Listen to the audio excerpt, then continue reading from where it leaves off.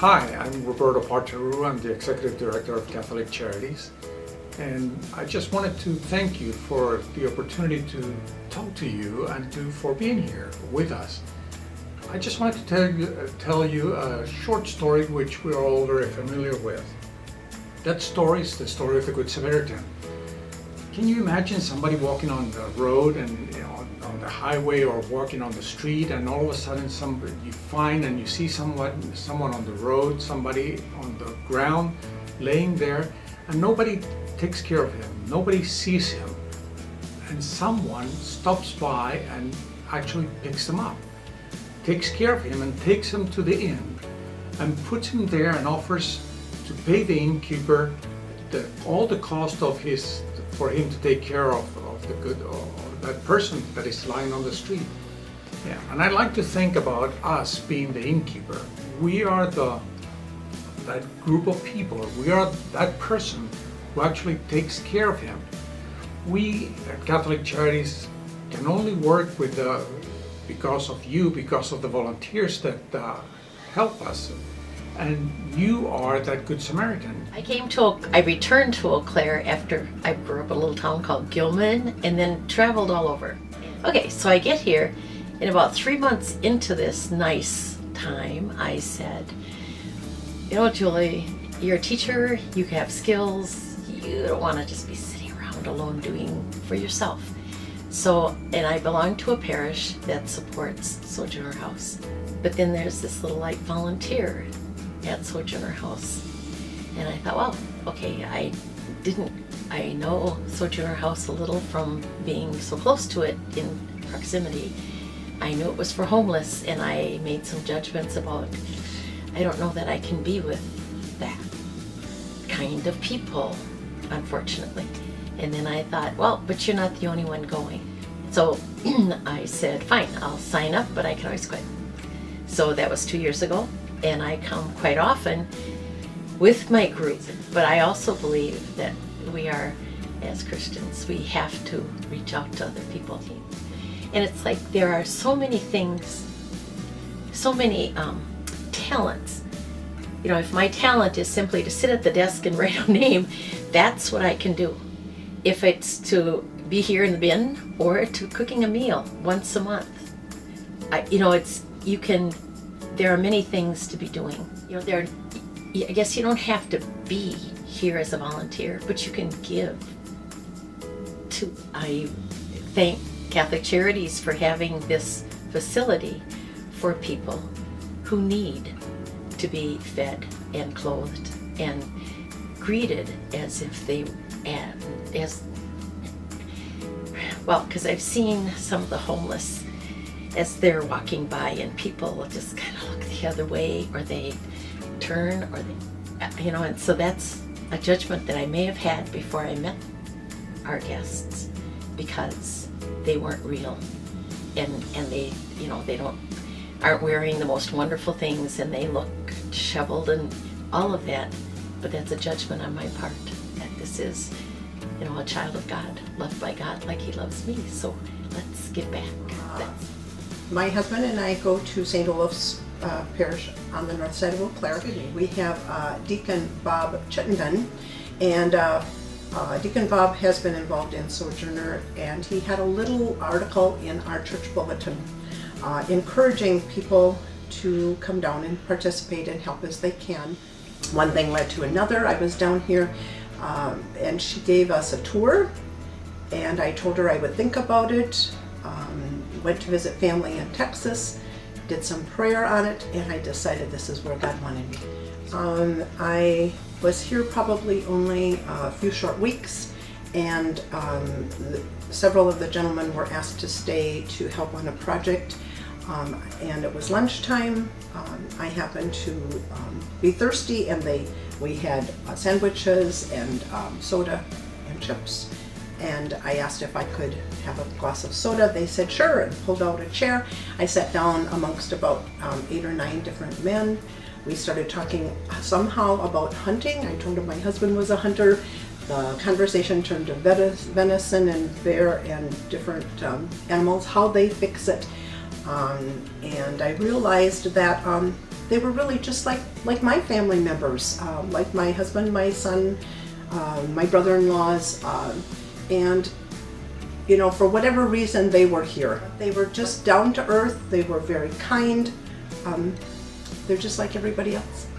Definitely, it's Sojourner is an extension of the community. You know, a lot of our guests have jobs.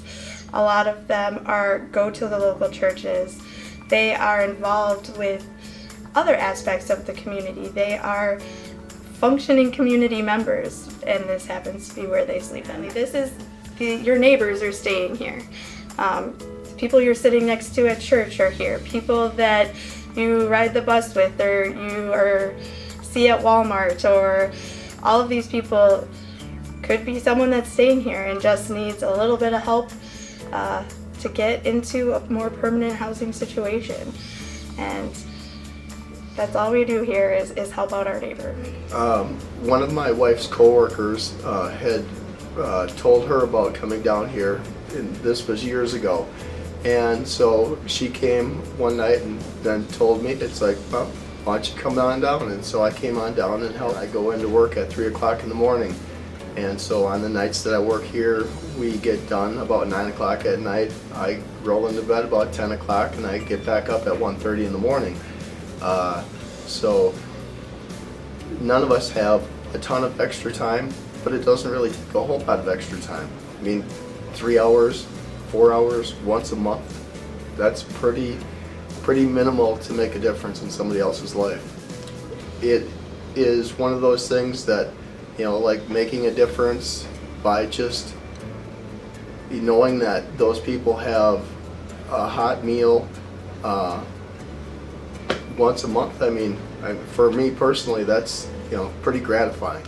Nobody is invincible to being in a bad situation, you know, and needing a little help. You know, so I think that, you know, just having some people around to pick you up a little bit, you know, when, you know, everybody gets down a little bit at some time, and it could be anybody's time at any time. I think the biggest misconception for people is volunteering wise, whether it be their time or money or whatever, is every little bit helps. I mean, and volunteering on a nightly basis like we do it once a month, so it's 3 hours out of your month. It doesn't take that much, you know, and it's a good way to kind of warm your heart. It's a good teaching tool to your kids.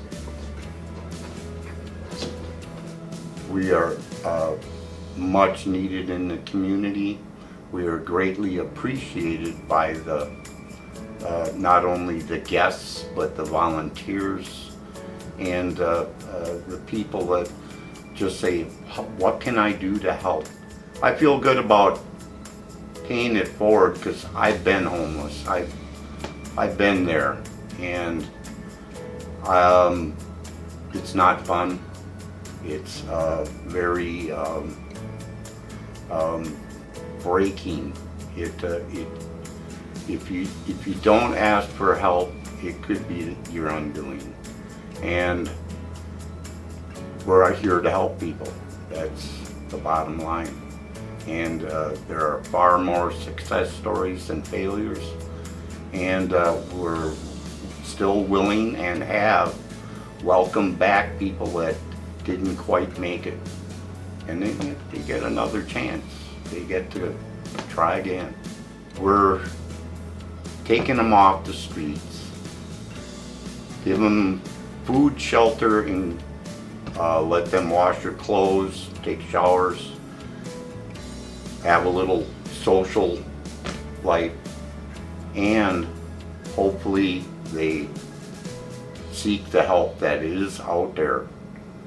And it may take a while, but at least they're trying, and that's the heartwarming part of it. It is our responsibility, but it's not just responsibility because we have to. We do it because we love to. We do it because we love the people that we serve. I've seen so many cases of people that work and volunteer at the warming centers, where they actually get much more out of it than what they give. They keep telling me all the time, we get more out of it. We learn so much from ourselves, from the people that come into the center and ask for help, because we are all at different times in our lives in need of help. We are all in need of care. We are all in need of love. I would like to invite you to join us in being that Good Samaritan, in being that person that cares for the people that need us, the people in our community. We need your help. We need you to join us in being that Good Samaritan, in being there for the people that need us. I do love the work that I'm doing here and that we, the community, are doing here for Sojourner. Be a Good Samaritan. And be a Good Samaritan. Be a Good Samaritan and help out. Join us, be a Good Samaritan. Be a good Samaritan and help out.